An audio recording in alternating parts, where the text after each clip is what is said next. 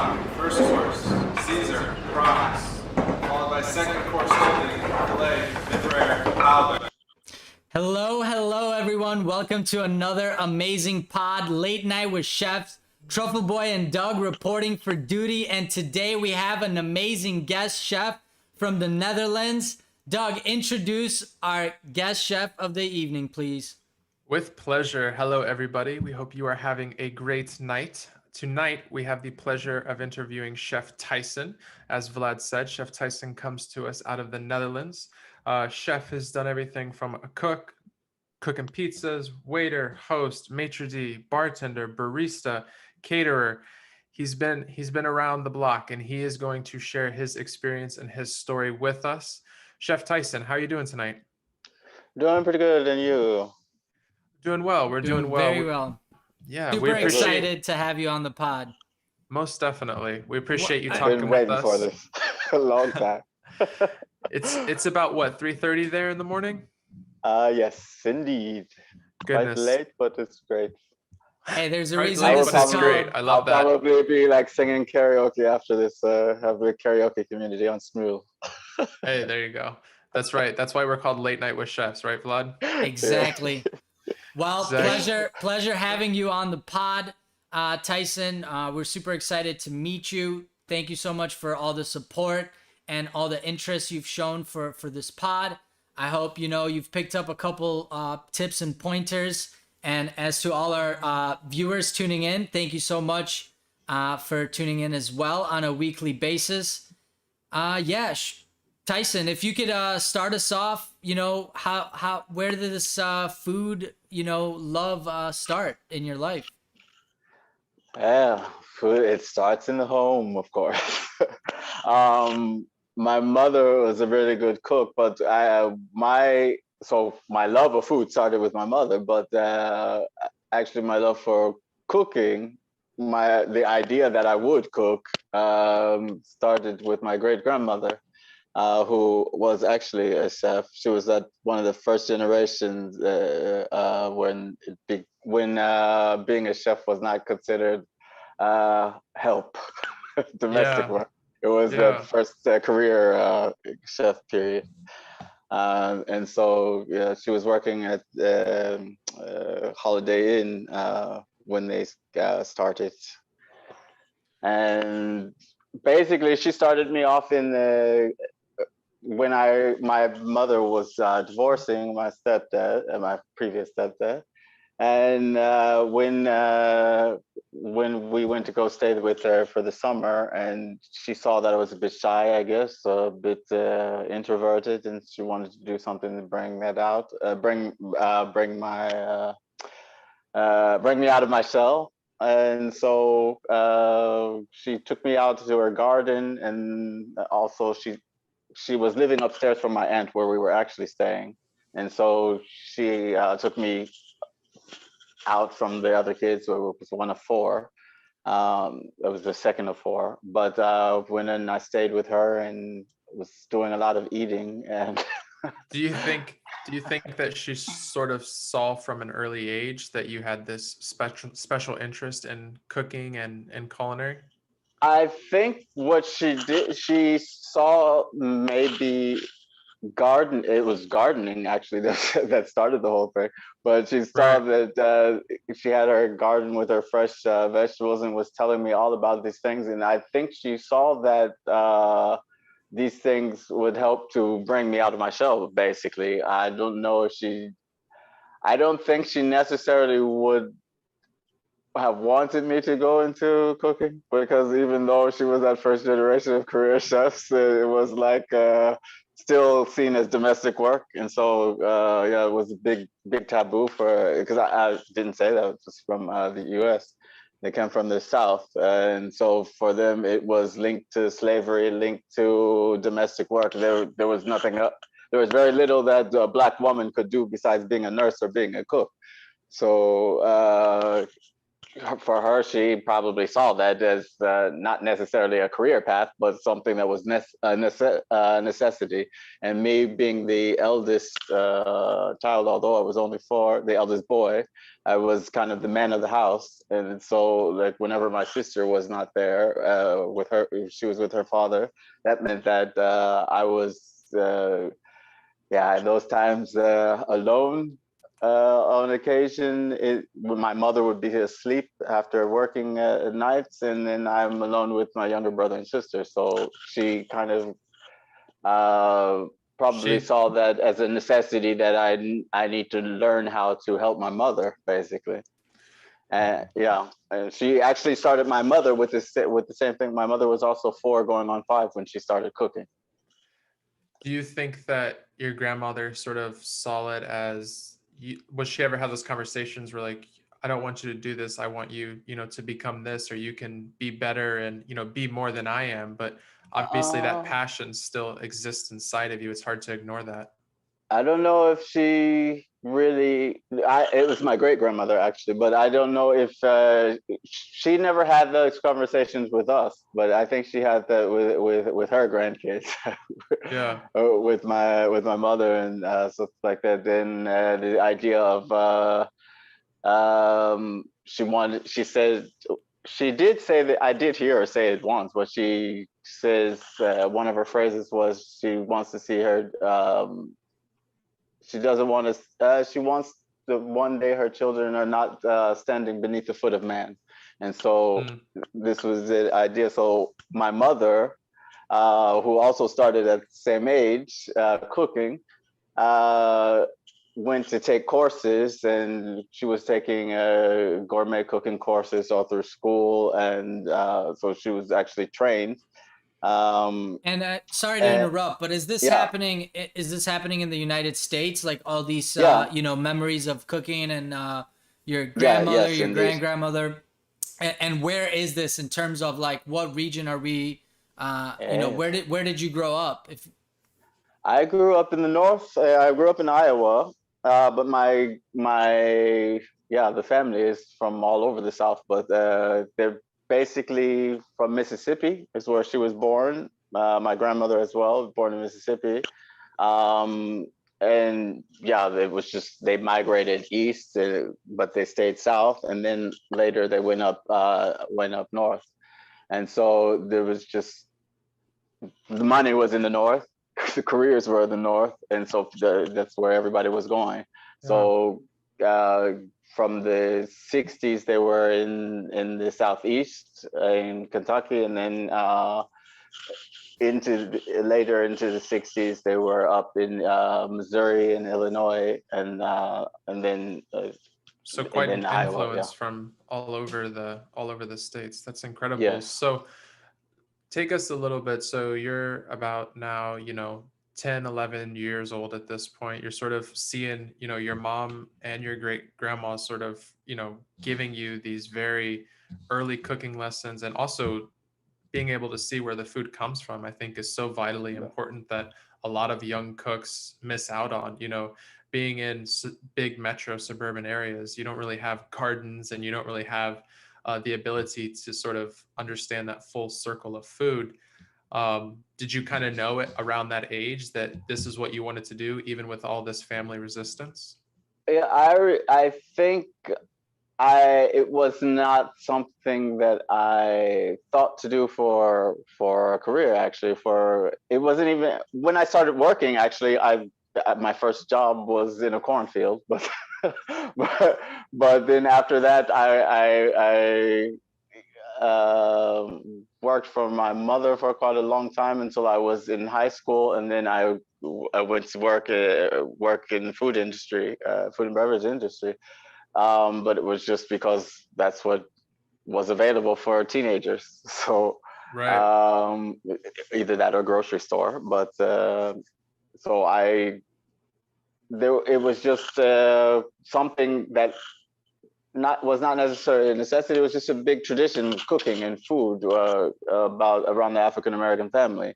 And I do find like living in Europe. Actually, I realized that there are among the cultures where you have the most food snobs is within the African American community, the Italians and the French, and so it's just like I started noticing parallels when I came to Europe.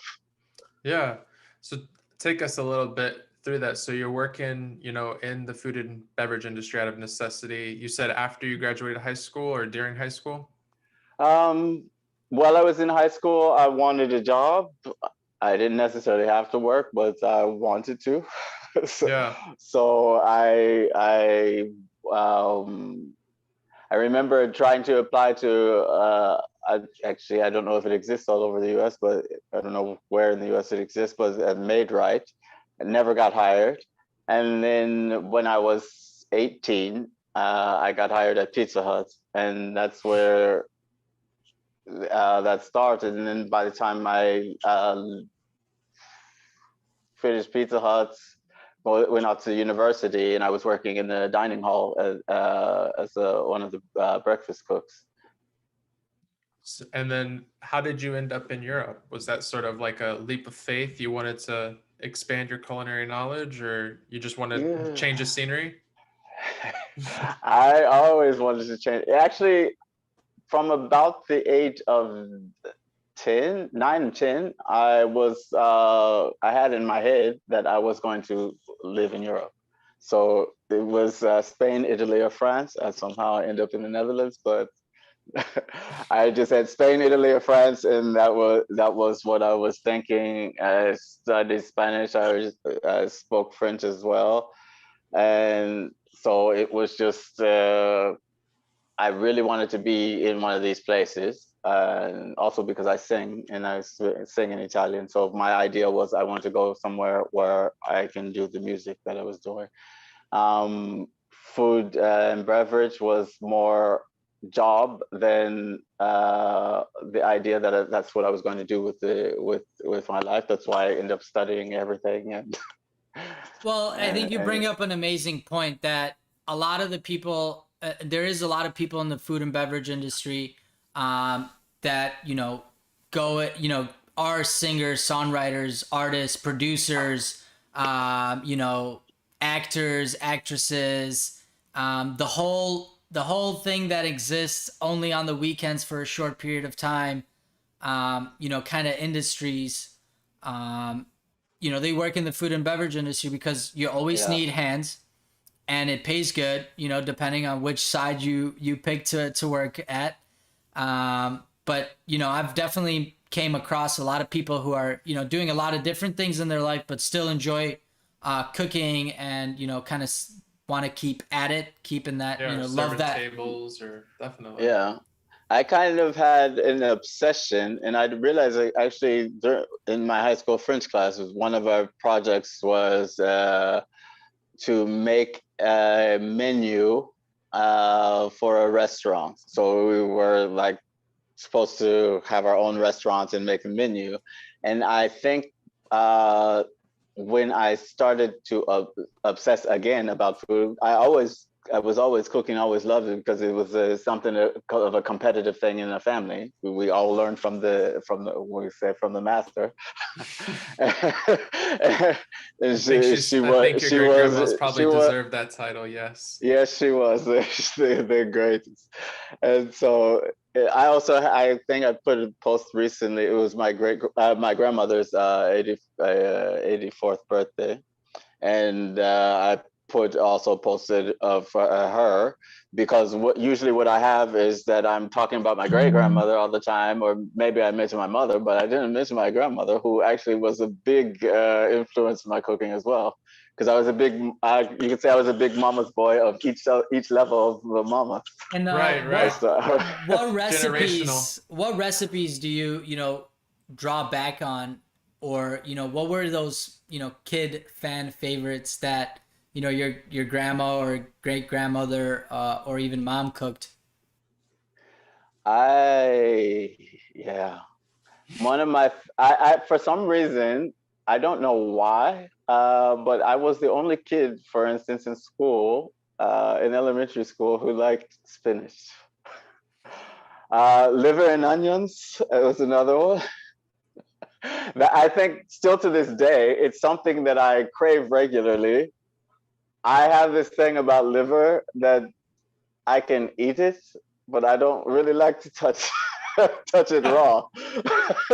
And so I'm like, oh, I want liver and onions, but oh, Yeah. that's so it's something that I don't have. So it's something that still to this day is it's something that draws me. If I can have it somewhere, I go for it. So like in a French bistro, I lived in Paris for a while, and whenever I go to the French bistro, I was like, okay, I want this liver. I have to have the liver. Have to have the liver. Doug, Like it. I'm interested. How many times have you had beef liver in your life? Beef liver, that would be 0. I've had chicken liver a couple times, And but Zero. Tyson, are we talking about beef and beef liver with onions, or are we talking about chicken liver with onions? Yeah, calf liver. Yeah.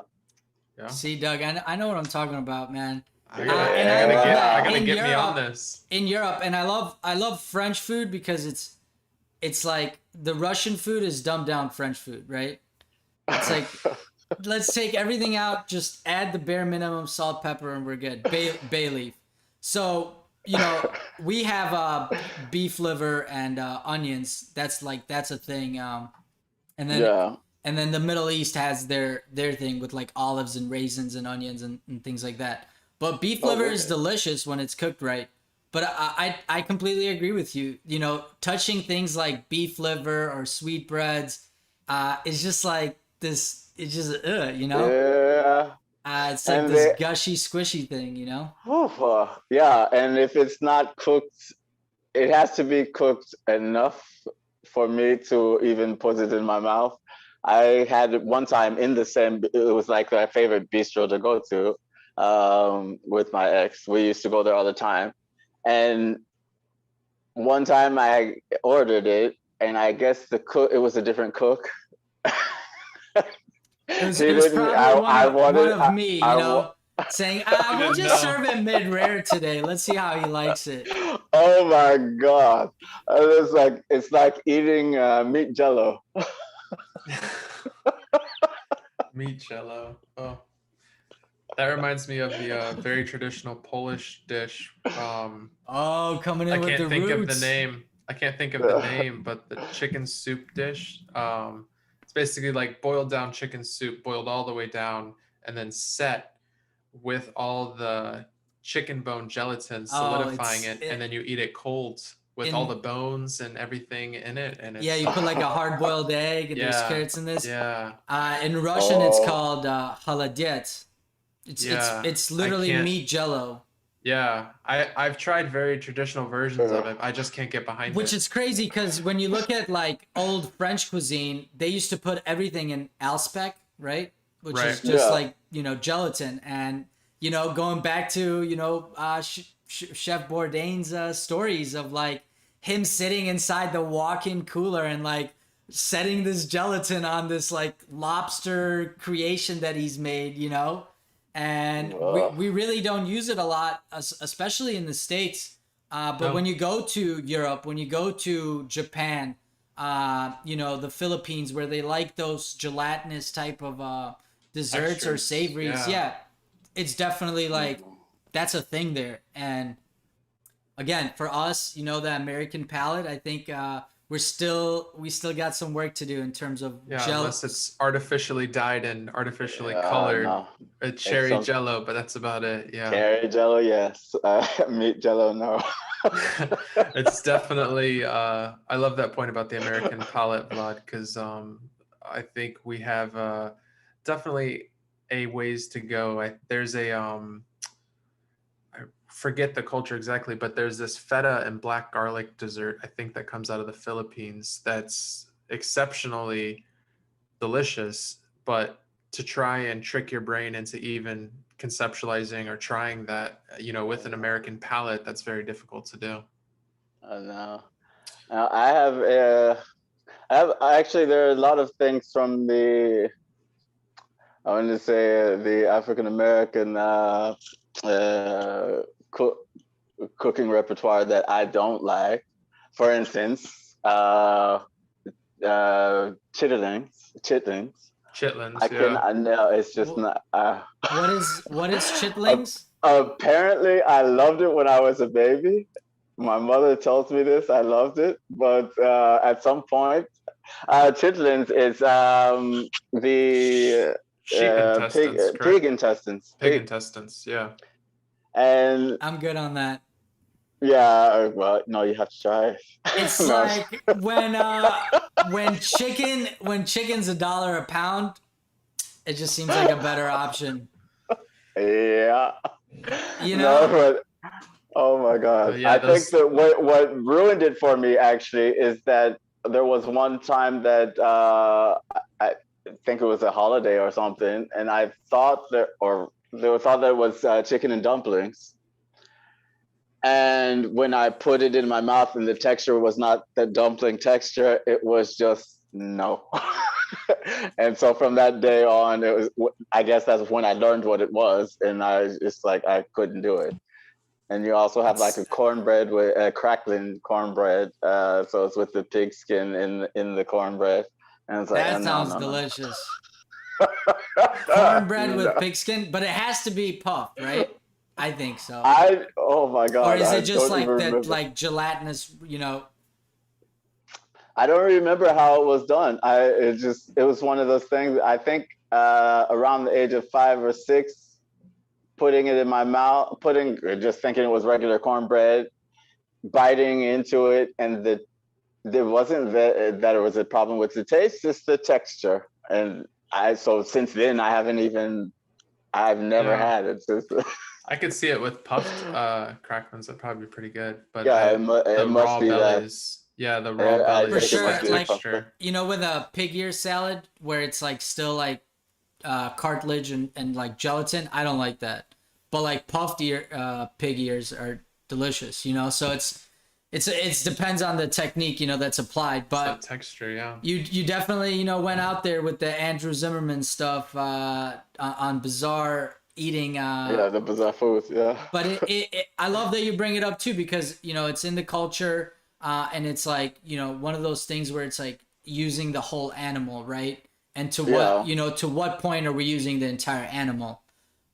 So like I think for me at least, I draw a line, with certain things, but people don't, and Yeah. True. it people get I guarantee there's chefs out there that can make pig intestines or whatever we're talking about, Delicious like chitlins, delicious, yeah. yeah. But again, Yeah. it's when you try it, right? It's like those people that don't like oysters because they had it at a bad spot. And Yeah. I it's say how far does the chef take it away from the authenticity of whatever the dish, was supposed to be? A lot of these dishes came out of necessity, not necessarily that someone thought, oh, let me eat this because I really want to eat this. It was, that's what they had to eat. That was the necessity of the situation. And, they did what they could do. And I think yeah. there's a really awesome story there too. Yeah. Sometimes it's a necessity, and sometimes you just don't want to waste it. Yeah, Especially if you're farmers, and a lot of the black families before they migrated north, they were farming. So it's like you eat everything, and I think that's why probably I attached to French and Italian cuisine as well. Is just because they're familiar flavors, familiar items. Even, for instance, all of the brassica group, um, you don't get that so much in Northern Europe. Here in the Netherlands, you do have kale, but that's the only. Of course, cabbage, but kale yeah, and cabbage is all you get. Um, I think there's a lot of different types of cabbage, just cabbage, spitz coal, and all kinds of other things. But as far as those more on the side of collard greens, mustard greens, and things like that, you don't get in the north. And so every time I was in Italy, I was just like, okay, these are the flavors that really mean something to me. definitely. That's a amazing story. Appreciate you sharing that with us. So, Chef, getting back a little bit to your Yeah. story. So, you made this leap to Europe, and we kind of hinted at it, but what was those first moments, arriving in Europe? Did you already have a plan laid out? Did you just get on the plane and say, I'm going to do this and I'm going to figure out when I get there? I kind of did. Actually, I had to get it. For me, it was time to go from the U.S. because things happened. I actually got attacked. Somebody tried to attack me. I was able to defend myself, but so I said, okay, I have to go. Otherwise, there's gonna be issues. And you see all the things that's going on in the U.S. now. I'm like, it was already going on then. And I was like, if I get attacked by somebody, usually teenagers, stupid teenagers, and I was already an adult. And so I said, okay, it's better for me to go because you can't really fight back, especially in Iowa. I don't know how the laws are in other states, but if you fight back, then it's the person who is an adult who's going to be arrested. And I'm like, and on top of that, I'm Black. So, okay, I'm going. And so I came here to the Netherlands. I was already in a relationship with someone here in the Netherlands. So I said, okay, time to visit. I was on my way to Germany, and that just never happened. So yeah, I Was stayed there here. another mistress in Germany that just? No, Germany I'm was just playing. family. I'm just playing. That was family member that decided to move back to the U.S. and so I got stuck here. So I was like, okay, I'm already in a relationship here, starting to make friends. I don't know anybody in Germany. I have little cousins that I don't even know, and they're too young for me to be friends with. So And what language do they speak in the Netherlands? ik speak Dutch. Ik kan ook Nederlands praten. Awesome. What other countries do Dutch? Is that I don't want to say. So first of all, in the Netherlands, you have Dutch and you also have Frisian, and then you have a minority dialect in the south, which is Limburgs, which is considered a dialect of Dutch. But Dutch you have in Belgium as well. They might not like to call it Dutch if you're speaking English, but Flemish. Um, and then you have Suriname, Curacao, uh, Dutch Antilles in general, and you can still find people in Indonesia who speak it, although it's more rare because it was a colony. But I'm missing a place. The closest, No, you, that's all good. I mean, that's List, yeah. more than I yeah, thought. More than I thought. there's a lot of people, a lot of countries, Yeah. and people don't realize. And people say, "Why do you want to learn Dutch?" Nobody speaks Dutch. It's a small country. It's like, yeah, but there are other countries. So Tyson, walk us through this. You got your luggage, you got your backpack, you're walking out of this plane, you see Netherlands for the first time. What's it like? Um, it was not necessarily a culture shock, but it was very different. I got lost my first night. Yeah, navigating was an issue. um, but it was very crowded. That's what I noticed, especially in Amsterdam. Nowadays, no, no, it was like it's now almost like a ghost town. But it was just very crowded, dirty. There are other places in the Netherlands which are nicer than Amsterdam, for instance, which I prefer, which is actually I lived in Lelystad. So I had to get out of Amsterdam. I just couldn't do it. So is that where you lived when you first moved to the Netherlands? Was in Amsterdam for? Yeah, at first I was renting a room in Amsterdam, and then I eventually relationship led me to another city. So I was living in Utrecht. Utrecht I like a lot, and to this day it's probably one of my favorite cities in the Netherlands.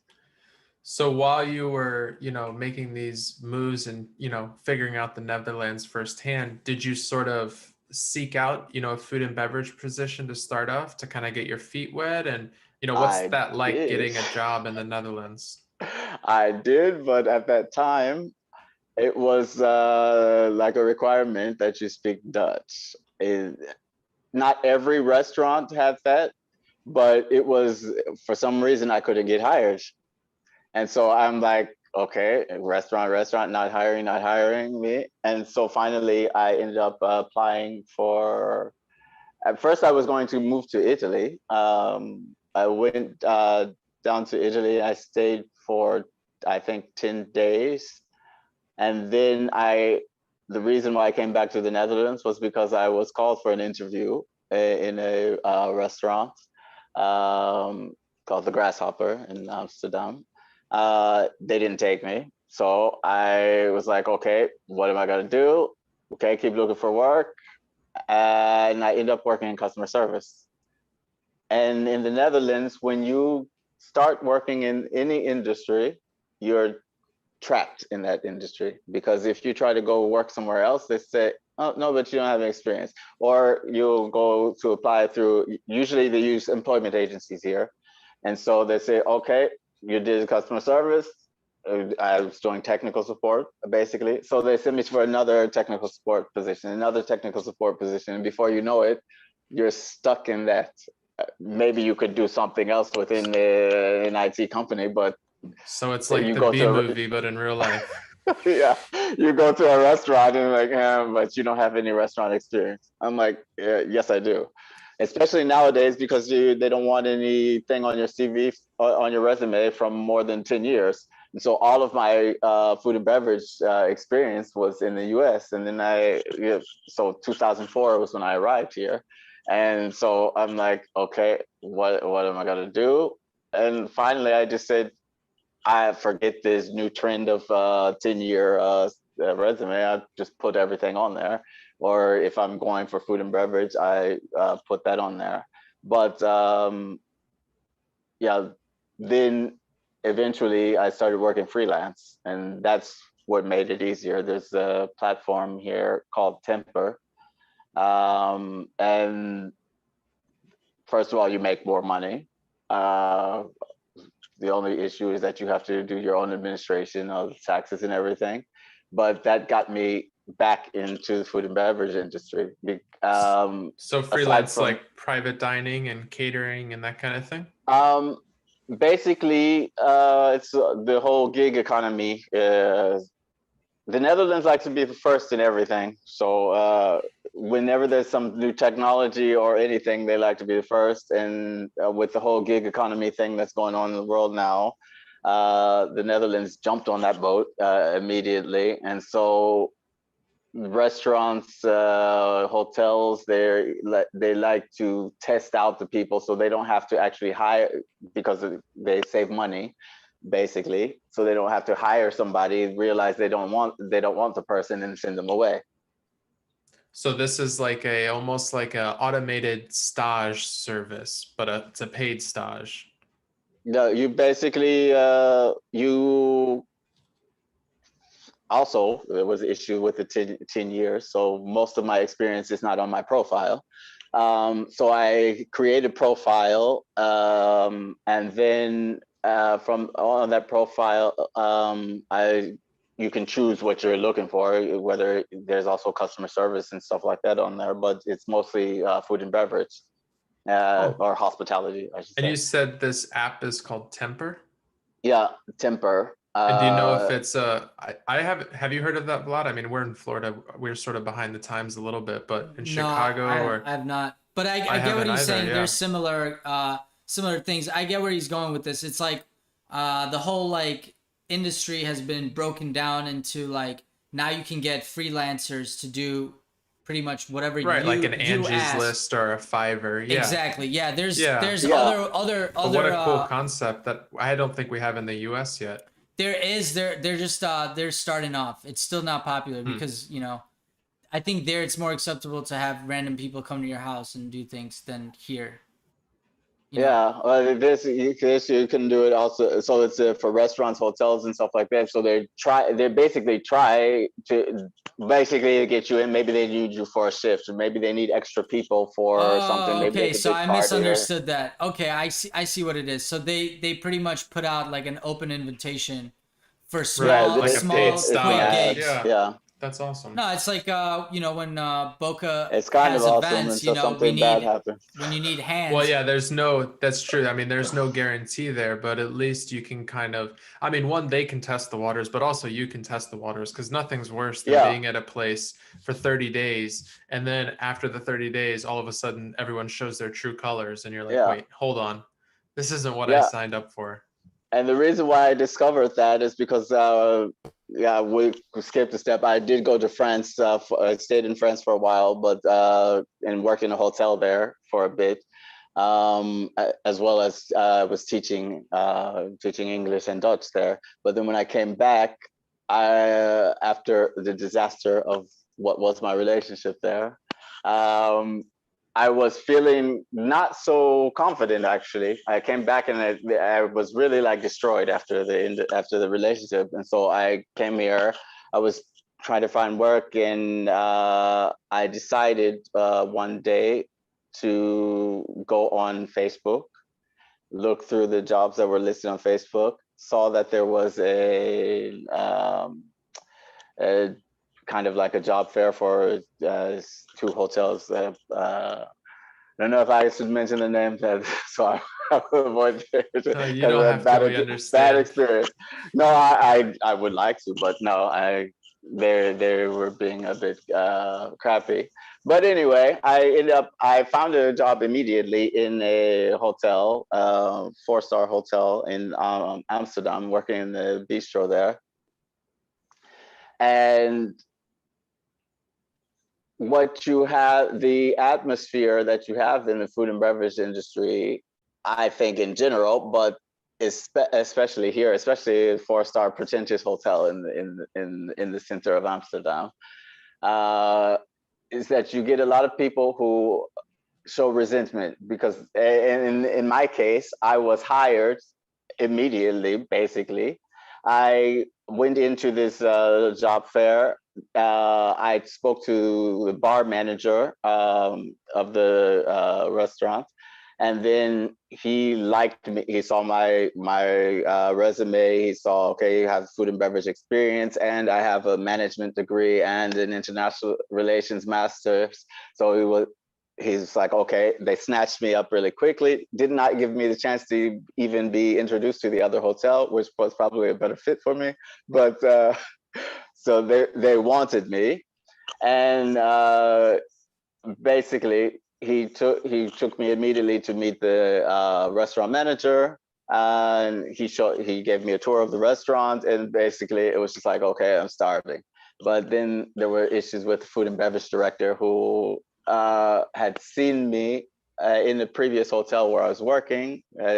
When I first came back, I was working in hotel housekeeping because I needed something immediately. So I went to the agency I worked for when I was studying, and so that agency had put me in the W in the Amsterdam Center, and at some point I got annoyed with the housekeeping manager, who should not have been actually telling me what to do. He should have been communicating with my manager from the agency. But I think there was afterwards the agency went out of business. They went bankrupt, and so I think they were basically trying to make sure that they had the employees trained in a certain way, because they were going to take the employees that were there. But yeah, I got annoyed because they had, after my training, they saw I could do everything because I had already experienced doing it. And so for some reason they keep annoying you. There are too many Pushing, supervisors, yeah. And then, and so it yeah. slows you down. And then they were wondering why I was so slow. I'm like, well, if you just leave me alone. And finally, one day, I took my pass in the office. I slammed it down on his desk and said, "Here," I said, "follow this." And I believe that was the boyfriend of the food and beverage director in the next hotel I went to, which And I so the heard. story, Yeah. the story went full circle, and you got a little caught up. That's Yeah, the first day when he saw me, his eyes were oh, like a I deer in remember you. headlights. I remember Yeah. you. Yeah. It just goes to show you never know when you're gonna see someone from your past again, right? Yeah, but it's very strange because I recognized him. I didn't know he really realized where I was from, but he just You looked could at kind of me see the strangely. wheels turning a Yeah, little bit. he Yeah. was he was basically leaving the hotel when I was coming in, but I Mm. learned after I was let go during the probationary period that the the what another cook told that worked in the hotel told me that his boyfriend worked in the W, and I said, "Oh, There you go. Now you know why. oh." Well, so bring us a little bit. Was this all happening sort of during COVID? And did you spend uh, COVID in the Netherlands or? this was just before COVID, and then yeah, I spent COVID in the Netherlands, but yeah, just before that, I had an interview at another hotel who didn't want to take me at first because of because of course look at my resume and see my management background and my international relations degree, and so then it was just like he didn't think I was going to stick with the job. I wasn't going to want to stick with the job, and so I went away. I did write him a letter. I think I wrote him an email, and then he had invited me for a coffee, but it just never happened Mm, because I didn't see the email on time. And then I just went into heavy job search mode, and that was when one of my coworkers from the hotel, from the restaurant where I was let go, told me about Temper because I didn't know it before, or she told me that I should do through an agency, and then another friend of mine who works in a restaurant told me, oh yeah, if you go on Temper, because the restaurant where he works usually they just use people from Temper when they need s- waiters. So during COVID is kind of how you pivoted and found Temper, and so you've been sort of using Temper ever since as little food Yeah, and beverage outlets, and that's yeah. awesome. Do you find that there's a good majority of people in the Netherlands area that uses Temper as a a regular source of job security? There are a lot of people who use it. Well, now it's a bit, yeah, it's a bit spotty. I haven't been working in, yeah, that's why I've decided I want to just do the home chef thing. Uh, because I was looking for work, but actually, first I was working. I have several places where I work regularly, so they put you in the which is called a flex pool, and so there's the people they have their favorites that they put in there, and so you don't have to go through the process of waiting for them to approve it when you sign up for a shift. So basically, I had really stable work because I was working in I have the Apollo Hotel in Almere, it's a city here. At the restaurant they have there is called the Beer Fabrik, and then in several castles. So like working catering and serving in castles, and so I was really set.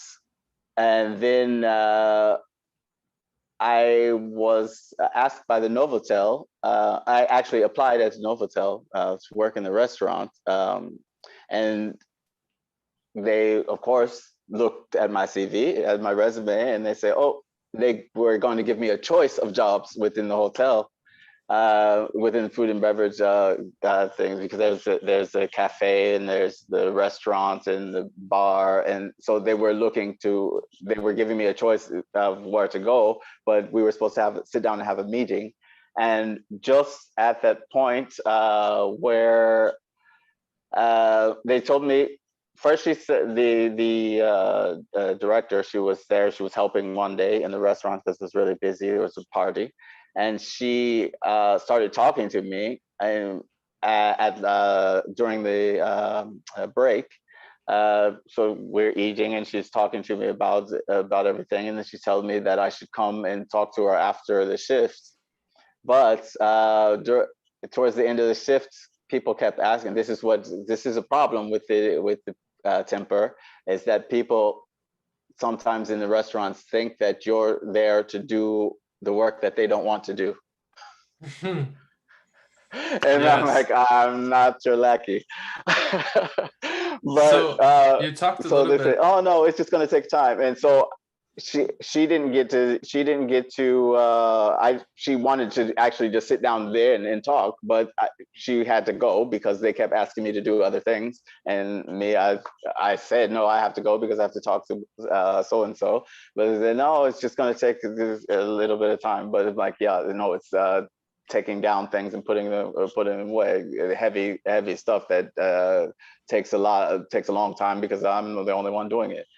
And So so, sorry yeah, to cut you off, but you kind of glanced over working in a castle, and I know I personally have never worked in a castle, and I'm sure a lot of our viewers and followers haven't. yeah. What is that like? Are you serving royalty? Is there very specific standards on, how to behave and act in a castle? And no, the one of the places it used to be is Town Castle. I don't know what you call it. Yeah, it's in Dutch. Anyway, in Dutch it's Kasteel. But you don't even notice it's a castle until you step out and go on the other side of the canal and look back, and you see, okay, yeah, it's an actual castle in the middle of the city.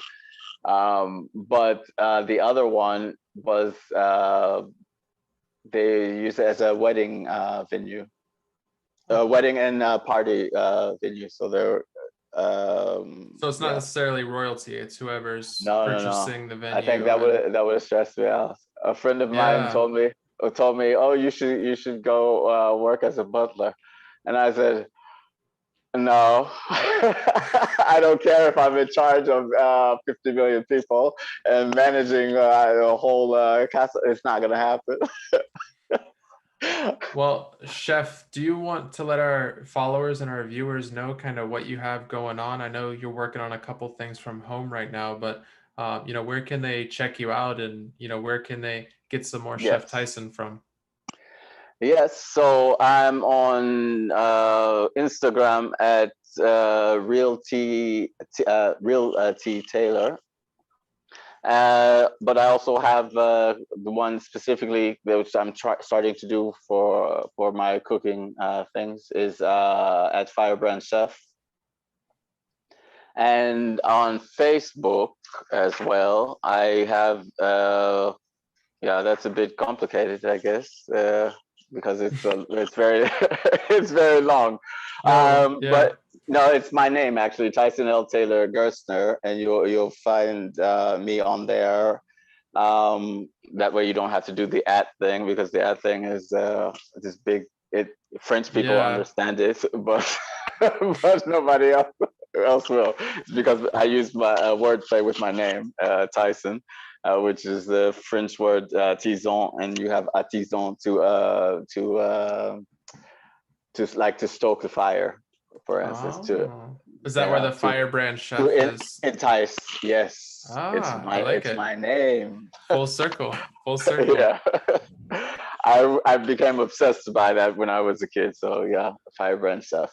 I like it. I like it. It's a good Well, name. Chef, we just wanted to say, thank you so much for coming on tonight and sort of, sharing this, crazy story with all these different turns, and, how you pivoted through all these different times, and especially to kind of share how you've had this, generational sort of, matriarchy kind of guiding you through this cooking adventure. Some positive influence, some telling you not to do it, but constantly there behind Yeah. you, and kind of bringing you through to where you are today, which a lot of people I don't think would have ever just gotten on a plane to the Netherlands. So big props to you for The kind of just, Netherlands, France, Italy. I yeah, mean, you've been yeah. Yeah. around, and that's Bouncing all over the place. I love to travel, love food, love it. So I go everywhere, I eat, and it inspires me to yeah, I keep adding things to my repertoire. So Yeah, it sounds like you're a man of many loves. So that is an exciting story for, I'm sure, a lot of our followers and viewers to hear. Before we let you go, I think Vlad has one last final question for you. Yeah, Yeah. so we're really interested in finding the root of where this saying came from into our life. As far as we know, it's been pretty international, but some countries or some people we spoke to from different countries have said they've never heard it or have never used it. So the question is, why 86? If you know what it is, when did it come in your life, and do you have any crazy stories about it? No, I don't. That's totally okay. So Serious. It's something going around the U.S. So yeah, 86 is kind of like a coined term in the food and beverage industry and some different places around the world. And it kind of means, to get rid of or to, X an Oh, item. It means that you're out of something. And so we've kind of all naturally just accepted that that's what 86 means, but very few are actually able to give us any sort of origin or a definition of origin. And it kind of varies, from person to person. So it's a very interesting question, meeting people in the industry, and everyone kind of has a similarity with 86, but none of us really know where it came from. it's not an old expression. The more you talk, it sounds like something kind of old. It Sounds like something from definitely the is. It definitely is 40s, pretty 50s. old. Yeah. Yeah, I'm sure Escoffier was using it. I don't know. We'd have to get somebody who's He got 86. It sounds Yeah. it sounds like something from the 40s, 50s. it definitely might be, and that's why we're in pursuit to Figure it find out. find this thing. But we really I like will ask it's my an mother. open-ended There you question, go. right? Ask We've Opal May. Why 86? Yeah, Yeah, but Tyson, I want to actually, thank my you. grandmother might know that. Sorry? I want to thank you for coming on the pod, and you brought some very interesting perspectives.